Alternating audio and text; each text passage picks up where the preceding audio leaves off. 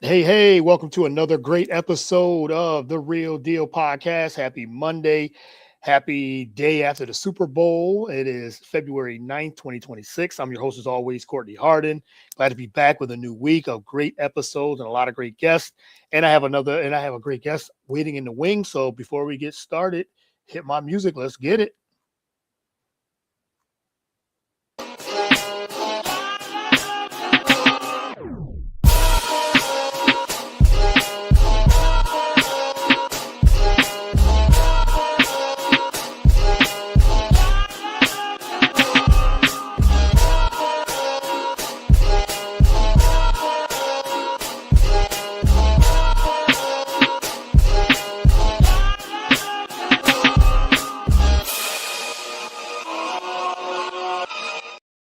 All right, once again, welcome to another great episode of the Real Deal Podcast. I'm your host, as always, Courtney Harden, and it is, again, February 9th. Glad to be back with a new incredible episodes, and I have a great guest upcoming. But before I bring her on, you can follow the show on all the podcast platforms, whether it is Spotify, Apple, we're also on YouTube, BS3 Network, BS3TVLive.com, BS3 Network Roku channel, where you consume podcasts. We are there, so you can download and upload all the episodes on the BS3 Network, Roku channel, and all those podcast platforms. And you can follow me on all the social media platforms: Blue Sky, Twitter, Instagram, Facebook, and TikTok as well. All right, well, I'm looking forward to this episode. I have she's an attorney who talks about sports for ESPN radio host with Amber and Ian. Welcome to the show, Amber Wilson. Thanks for coming on. Really appreciate it. Thanks for having me, Courtney. Yeah, thank you. And I'm glad that we got a chance to do this. I know we were trying to set this up and things like that. And you were busy with college football and a lot of different other things. So I'm glad that we finally had a little bit of time to, get to know you a little bit and talk about your career and things like that and kind of chop it up a little bit. So I really appreciate the time. Yeah, I'm excited about it. Yeah, I was traveling every single weekend for Yeah. college football Oh, season, yeah. so for ESPN. So once that season ends, my life changes a lot. And now that we're past the Super Bowl, now it's a whole different ballgame for me. Oh, This is different ball definitely my game. off Yes. season. Yeah. Yes, this is your all season and your mother too. So that takes precedent as well. So that's the most important. And but I'm glad, like I said, glad when I reached out and you accepted the invite. So I really do appreciate your time. And you said college football was such a busy time. You said traveling every week and doing a lot of different things. So we'll get into all that. But how was your weekend? What'd you think of the Super Bowl before we get started? What'd you think of the Super Bowl and how was your weekend? I thought the Super Bowl was kind of boring. Like, I'm not Yeah. gonna lie. And it's sort of exactly as I expected it to go. I mean, it went as these teams looked like on paper, in my opinion. I thought that Seattle would probably be very dominant, that defense would be very dominant. You knew it was going to be a defensive slugfest. I didn't think the Patriots were going to look quite as bad as they did. Yeah. I didn't think Drake May was going to spend quite as much time on his back as he did. But, he looked like a young quarterback. He looked like a second year quarterback out there. And that Seattle defense just looked so incredibly elite. So I'm not really surprised. I was very bored with it. It was so Yeah. obvious from very early on in the game that Seattle was just going to take New England's lunch money. And Yeah. so it was what it was, but it's the Super Bowl. So I watched every single second of it anyways. We all did. Yeah, me too, for sure. And I agree with you 100% about, and I actually picked the Patriots to win in a close game, 20-16, 2017. Oh, Yeah, because I thought, okay, if New England was able to establish the run, I knew both defenses are great. Both defenses right. are excellent. And the way New England was playing defense throughout the playoffs, I figured, okay, maybe they can generate something. Maybe they can do, limit mistakes, maybe be able to establish the run, and maybe Drake may have played a little better than he has over throughout the playoffs. But like you said, Seattle set the tone early, and he kind of knew, like, okay, it's gonna be a slugfest. We knew that, but Seattle they made enough plays to get the win. And again, that defense was tremendous. A couple plays that New England did late got points, but I didn't think they were gonna get shut out throughout most of the game either, the Patriots. So I thought they would at least score 17 at the least. But no, Seattle really put the clamps on them, and now that was the result. I knew Seattle was the better team, but I thought maybe New England just had just enough to make it close. And no, Seattle was just better. on both ends I of the mean, you mentioned spectrum. it. Drake May hasn't played like what we saw during the regular Yeah. season in the Hmm. postseason. And, typically we don't talk about it in the NFL. We talk about it a lot in the NBA. Like postseason basketball is a Yes. totally different Yes. speed and Absolutely. it's a totally different game. And we don't really talk about that as much in football, but there's an element of everybody caring more and trying harder in any sport in a postseason. And so sometimes you get exposed when you're a young player Mm. because of that lack of experience. Drake May is still going to be just fine. I think we learned that Drake May has an unbelievable future and he's an incredible quarterback. But when the lights are the brightest in the postseason, he's got some things to learn from. And I think it's going to be a learning experience. And they weren't battle tested throughout the season. I think it's okay to continue to mention that. I know people were like, let's stop talking about how they have the easiest schedule in the NFL. The easiest schedule in the NFL caught up to New Yeah. England. And that's exactly what they had. And you saw it was different than a Seattle team that had to overcome everything, including that Rams team, which, I mean, that felt like the real Super Bowl if we're talking about excitement. Yeah. Yes, absolutely. And then that's what it was. And you're right. I think New England, they said it caught up. It finally caught up to them at the wrong time, right? It caught up to them at the Super Bowl and at the last game. And again, it just goes to show, as you said, Drake May, young quarterback, was an MVP candidate. And the lights were just too bright. You could just tell the body language. You could tell that when he was getting hit and it just couldn't generate any offense, the running game got shut down, and it was just more of, okay, it's going to be a long day, and it was sure enough was a long night. But like you, I watched every second of it, and it was a defensive game, and Seattle just proved that they were the much better team, and from top to bottom on both sides of the football. So, yep. So that was that Super Bowl. So we move on, and now we got NBA, got all these other things coming up, baseball's coming up, and things like that. So, but let's get into your background into sports. Talk a little about. First question I always ask my first time guest: who was Amber Wilson, and how did you get into sports? Well, who I am is a lot more than obviously just my career, but my tagline is attorney who talks about sports for Hmm. ESPN, and I think that pretty much describes me pretty well from a career perspective. I have done everything that you really can do from the sports media perspective, and I've done a lot on the legal side as well. So I have really spent my career, I would say, in varied ways, and it has not been a linear path for me whatsoever. And I got into sports intentionally. That was always my goal. That was always my dream. And when I was a little girl, I was obsessed with football. Football was my first love. That was my true love. And I wanted to somehow make my life around it. And I discovered, really when I was growing up, what female sports broadcasters were sideline reporters. And so I was thinking that, I needed to be, Jill Arrington or Melissa Stark at the time, although hell, Melissa's out here, still Still doing it. absolutely crushing it, just Yes. absolutely crushing it. But any of those women that were just ahead of me, and they really set the stage, and later on the Erin Andrews of the world. And so I was watching them through the come up and thinking that that was probably the path that I was going to be on. And then I am fortunate that that doesn't end up being the only path that I can take by the time I actually get into the business. And so I've had a ton of roles in both television and in radio. And then on the legal side as well, I worked for the Miami Dolphins inside their legal department all throughout law school. I worked for a sports and entertainment law firm full time as an attorney after that. So I've also in my legal career been in sports, most of it. Yeah, I love that. And I always, like I said, I always love the journey of how we all get into the sports media and things like that. But as you said, you have the dual of attorney and sports and, with, sports radio, TV, the background as well. So how does your background as a trial attorney change the way you kind of analyze sports legal cases and things like that? Well, it certainly has helped there. Now, I would say Yeah. generally, I mean, I went to law school after I'd been in the business for 7 years. So I came out of undergrad. I went to Florida for undergrad, as you can tell. Yeah, saw the And Gators. Yep. Go yeah, Gators. and so I majored in telecom journalism, and I went into TV, and I went on the path. I worked for CBS Sports. I worked for a local station in Gainesville first, and then I worked for CBS Sports after that for quite some time, and had various other jobs. And the bulk of it I spent down in South Florida. And then I decided to go to law school after the economy had crashed.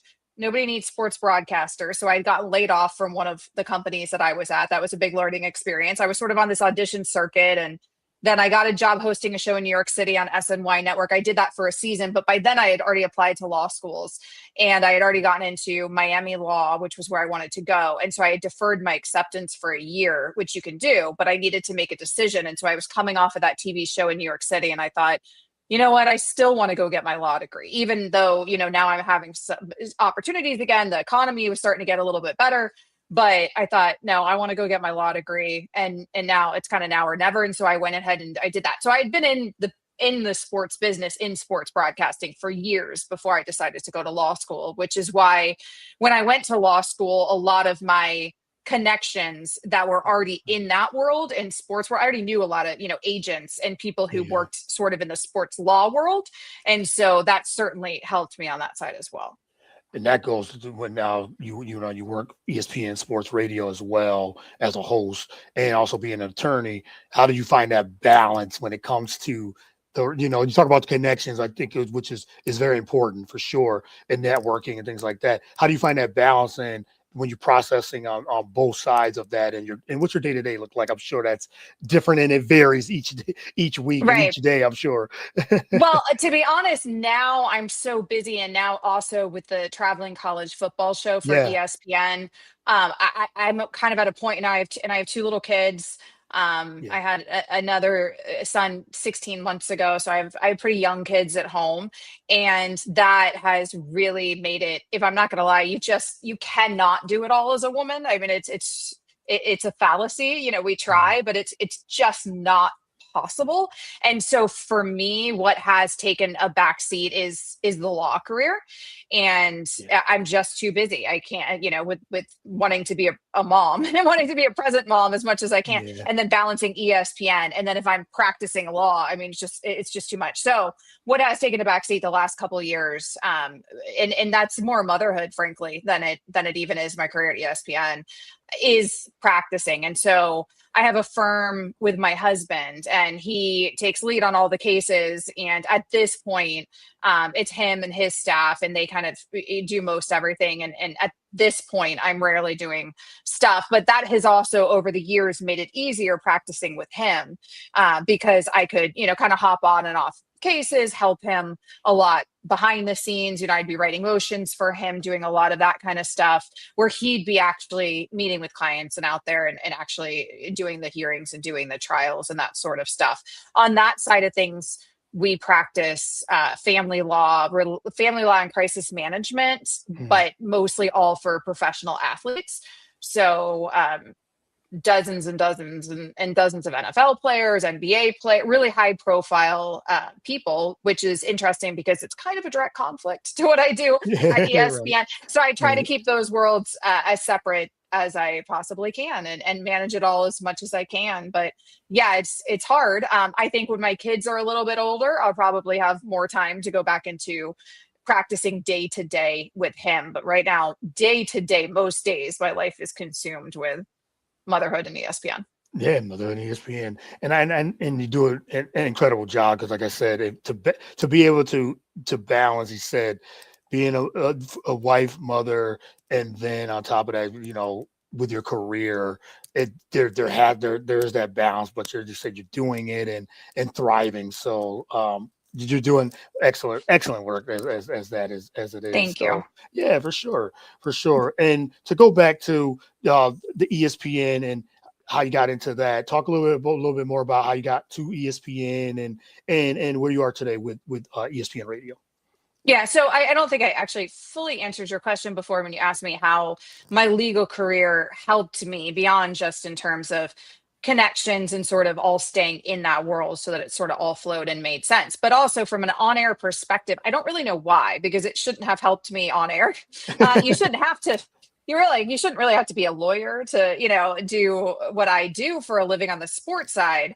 But it did help me. And I think it helped, unfortunately, I think it helped people take me more seriously in the business, which think it's sort of a female thing, if I'm being honest with you, where all of a sudden, and some of it probably is getting older too. But when you're young and you're in your 20s and you're, the whatever blonde female that's, on camera, there can sometimes be a certain pigeonhole that you get stuck in terms of what roles you're offered and what jobs you get. And I had a lot of fun during those years, but I was also sort of bored intellectually. And that's one reason that I wanted to go to law school. I found myself just getting pigeonholed into very hosty gigs where I didn't get to give opinions or analysis. And I'm a very opinionated person. So I knew I wanted more. Right. And then when I came out of law school and I was a lawyer and I had been a practicing attorney, and my plan was to get out of broadcasting. My plan was to be full-time lawyer. I like practicing law. You hear a lot of negativity from other lawyers. I like being a lawyer. And so that was my plan. But then I kept getting offered jobs on the broadcasting side. And I think it's because like all of a sudden I was this lawyer and people were kind of viewing me differently.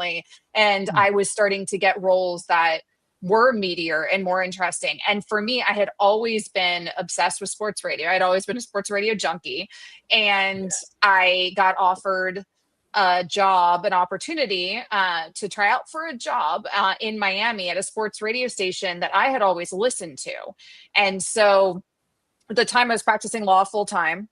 And I thought, okay, well, I'm going to try out for it. It was a morning show. And so I thought, well, maybe I can make it all work, or at least maybe I can just enjoy the audition. And then I got offered the job and I really wanted to do it because it seemed it was just a job that I knew I really enjoy. And I did really enjoy it. And so I took the morning job there. And at that point I was doing morning radio, getting up at, 4 a.m. on air at 5:30, doing morning radio in Miami. And then I'd be off work and then I'd be practicing law the rest of the day, like from 10 a.m. on kind of thing. And so I was able to balance it back then. And from getting into sports radio from that job, I was there for 5 years at 790 The Ticket in Miami. And that's where I got in the door at ESPN from that. I had an agent at the time who sent my, reel to ESPN. And I had tried to get into ESPN when I was younger in my career and to no avail. I had an audition up there many years before when I was young. When I was in my 20s, I had an audition. I didn't bomb it, but like it was one of those auditions you walk out and I'm like, I didn't get that bleep. Like I knew. I knew like it wasn't my best. And so I had, had opportunities, had looks from them, and then with the radio, I got a real opportunity with them. And so that was sort of my path in, was through sports radio. And that was never my plan originally. And my plan originally was really to be in TV, but I've loved sports radio. I really like the medium. So like you said, maybe that was when you got into radio, you're like, okay, maybe this is my, pathway to get to ESPN. I think doing for me, we all grew, well, I shouldn't say all, but we've grown up and say, I want to be on ESPN, I want to be on ESPN. And you got that opportunity to get on there and say, hey, if it's radio, then here it is. And then now we have a question in the chat. So I wanted to get to that before I ask you my next question. And Nathan Ramachandra just says he says, hi, Amber. He says, you're the best. Thanks for the comments there. But his question is, what is your favorite moment so far in your career?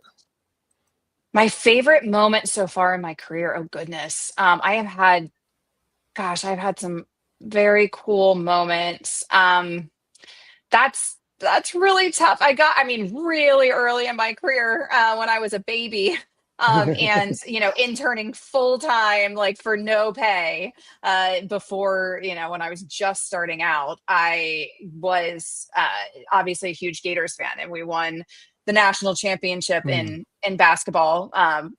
We won a couple, and we won in football those years, right in the mid latest 2000s.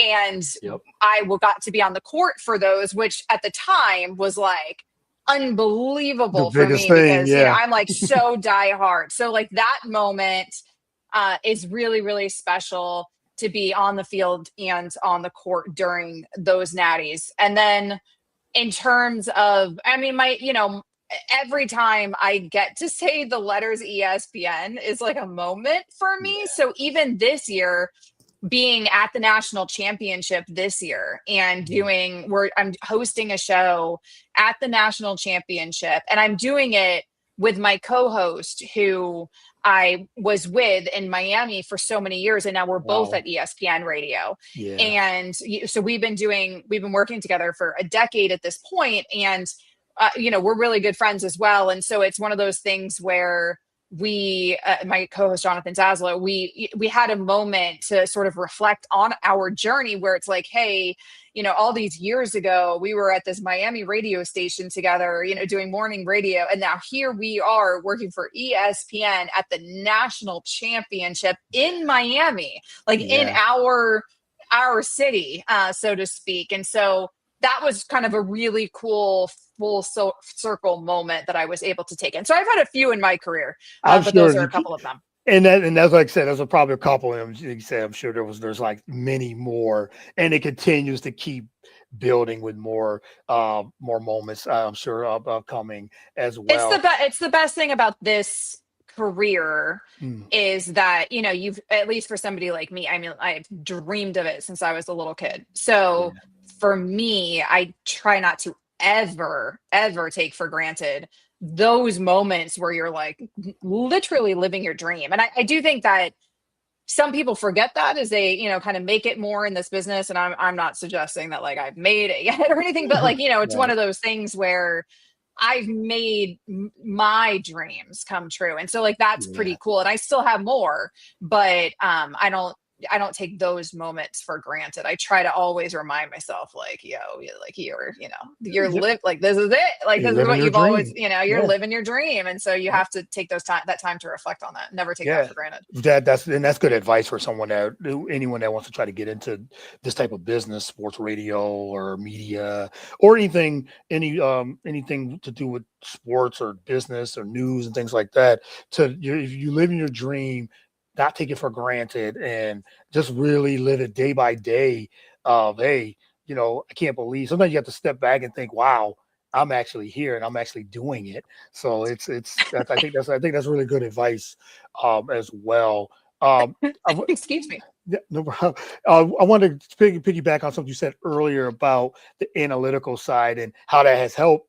As you said, it probably does coincide with your sports radio career and being a lawyer. I mean, you have to be analytical as a lawyer, and then now you could use those opinions on radio. You've been on First Take. You've done a lot of different things, so I'm sure that definitely helps when it comes to like arguments. And you're thinking, yes, I can hit.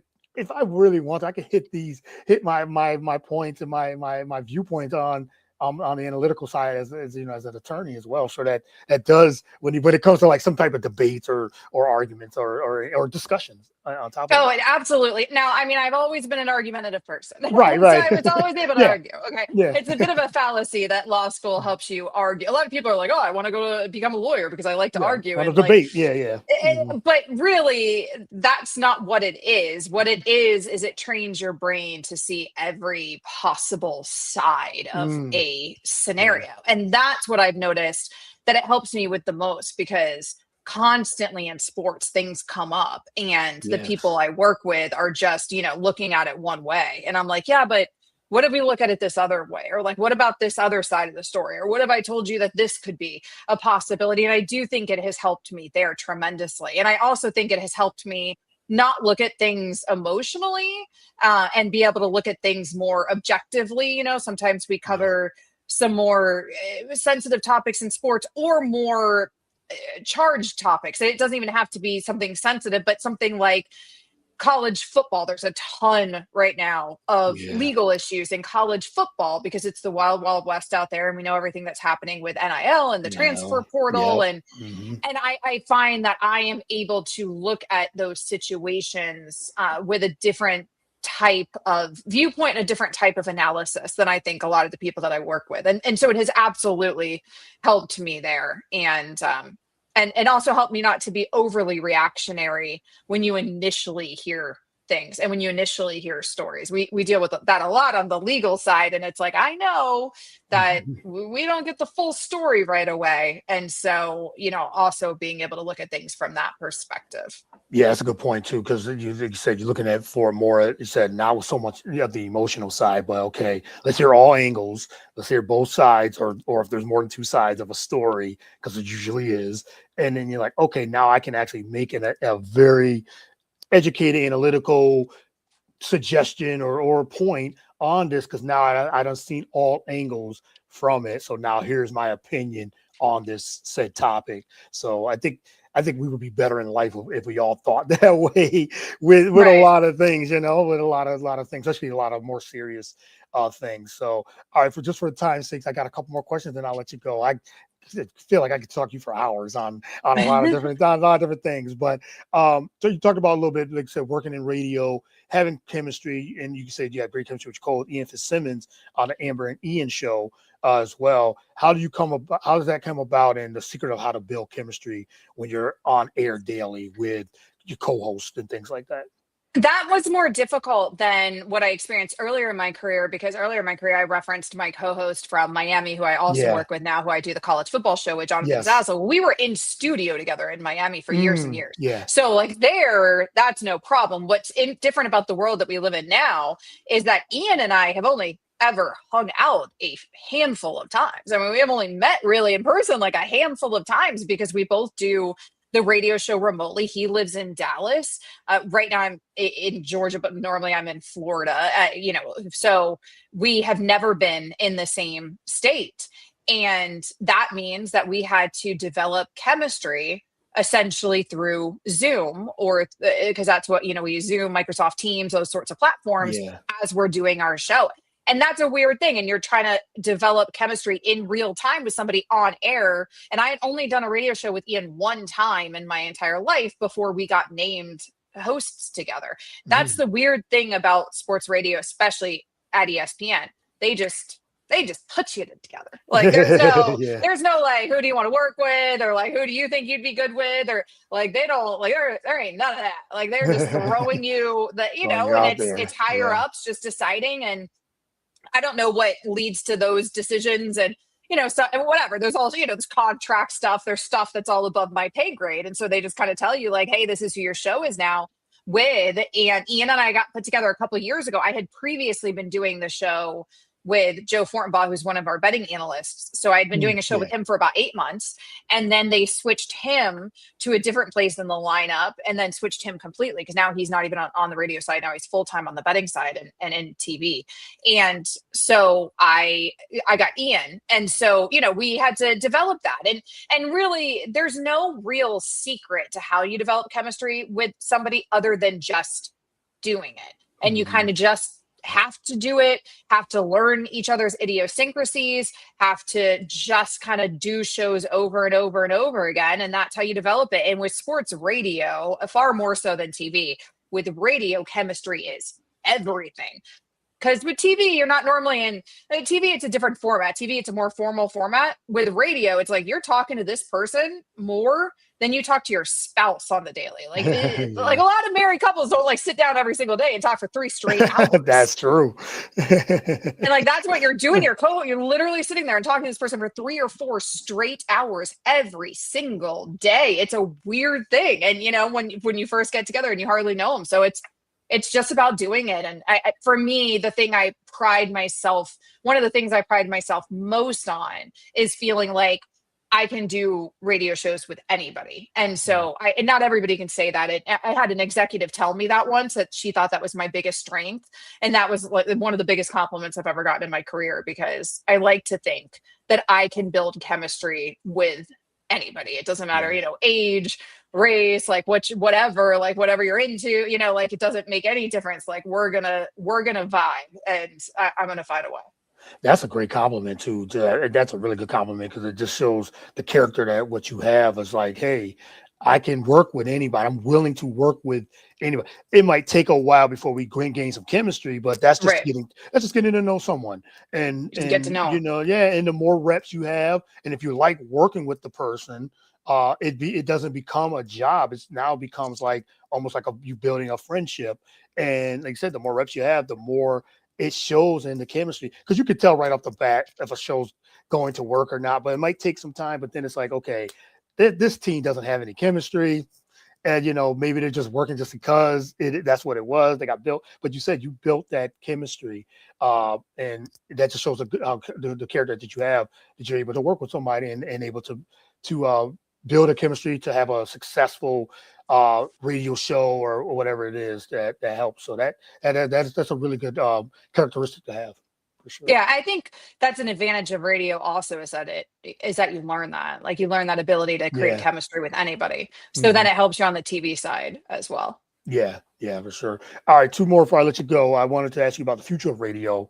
How do you keep a traditional 3-hour radio show engaging for a modern audience, the way audience is today? Short attention span. Because Right. look, we talked about Super Bowl earlier in this, and Super Bowl football is done. Now they're going to move on. They're going to talk about it for a day or two, and that's it. And with social media, reels, hot takes, instant news, how do you keep that a traditional radio show like that? Which I love radio too, just like you grew up on it, still listen to it and everything. So, but how do you keep that format keeps going and engaging compared to like what social media is and what people like to the reels and things like that and hot takes when it comes to sports, Right. sports analysis? Well, people don't have the attention stance, but I think it's a misnomer, because it's interesting in this world that we live in, that you're absolutely right with social media and everything. But also think about it, podcasts are more Yes. popular than they've ever been, and Mhm. that's the direction they're going. And so it's a format with podcasting where people quite literally listen to these shows for hours on end. And, Yeah. like the YouTube direction that all those shows are going, where you're talking about no breaks, and no commercials. Yeah. And it's like, so people will sign up for, people sign up to listen to McAfee for 4 hours a day. And so Yeah. I think that there's still an appetite for it, is my Mhm. point, for longer formats, if you're interesting and if you're relatable and if you're entertaining. And everybody at ESPN understands that entertainment is the first letter in ESPN. Yep. And we, on the radio side in particular, take that very seriously, because for me, my philosophy, I'm not out here curing cancer. I'm a sports radio host. I'm not doing anything nearly as important as I do on the legal side. Like, nobody's money's at stake, nobody's Yeah. liberty's at stake, right? Right. Like, we're just, we're out here having fun. And so I like that to come across. And I think that radio allows, radio and podcasting, those mediums, I think people like them because you develop this unique relationship with the audience where it's very intimate. People feel like they know you. And that's what I want. I want people to feel like they know me, like they can come to me, like we're, like get to know like the humor, the jokes, part of my life. And I think that that's really the way, is to invite people into your world and to be relatable. And it's not as stuffy as TV, and not as formal as TV. And you actually can say interesting things and discuss interesting things. So that's really how we tackle it. We just try to keep the audience entertained. Yeah, entertainment. It's as simple as that. Yeah, man, that's good, because As simple again, and as difficult as that, but and it's difficult too. Yeah, yeah. and it goes to show, even for like TV, traditional TV is still there. It's still there's still that, but you have the streaming that is kind of like you said, the Mhm. reels, the streaming, Netflix and everything Yeah. else, and Hulu. They have shows that are 6 to 8 episodes, and that's it. It's one season. But then you have the traditional TV, which I'm still a traditionalist more than anything. I love my shows like the Law and Orders and the FBI's and things like that. I like that. But I like streaming too. But as you said, as long as it's still engaging and entertaining, they're going to still go back to those long form ideas and things like that. So yeah, it's just like with media and radio. Same thing with streaming and TV as well. So, all right, last question, and then I'll let you go. It's this was a fun one I wanted to ask you. If you weren't a lawyer or on sports media, sports radio, what third career path would you have pursued? That's so tough, because those were the two that you love, right? Those were my destiny. Yes. I would like to say, like, I would like to have thought, like maybe I'd want to be a dermatologist to help people, because I grew up, like, that was my biggest insecurity in my life was my Right. skin growing up, right? But the problem is, like, you have to go to medical school for that, and there was no possibility I was ever going to be able to pass those chemistry classes, Yes. those calculus classes to be able to get into med school. So I don't think that that would have been a good career path for me. To be honest, if I didn't do those two, I probably would have ended up in real estate because I really love real estate. Yeah. And that sounds like a cop out, but I think that it probably would have ended up in Right. real estate in some manner.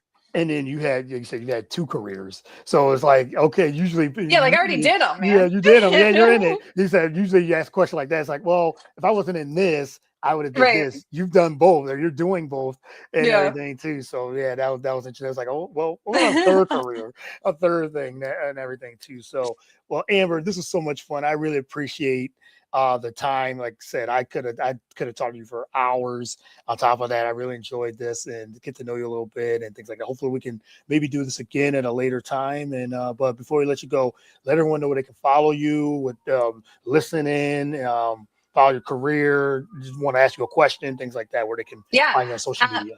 Yeah, definitely find me on social media at Amber W Sports, Instagram, TikTok. I need to get back into TikTok. I need Me to get too. better at TikTok. I do. I'm with you on I that. mean, like, I'm so old. I'm like out here, whatever. But I've tried to make some. I'll get back to it. Don't you worry.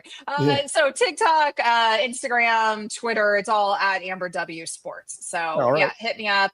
Reach out if you have any questions. And my show is Monday. Now that football season's over, it's just Monday through Friday.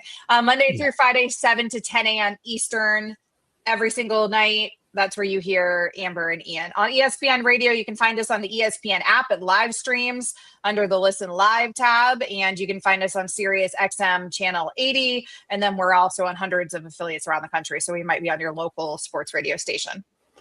You're a pro at that, so I'm sure you're used to saying that all the time as well. So that was one of those things where you thought like, "Yep, I know, I can say this. I know the lines and everything." So I said, "You're good at that. You're very good at that." Well, thanks, Amber. I appreciate the time, really do, and thank you again for accepting the invite. And like I said, go follow Amber, listen, subscribe, like all those things as well. So yeah, appreciate you, and hopefully, like I said, we can do this again. Thanks for having me. All right. Thank you. Have a good one. Enjoy the rest of the week. Thanks. Yep. Bye.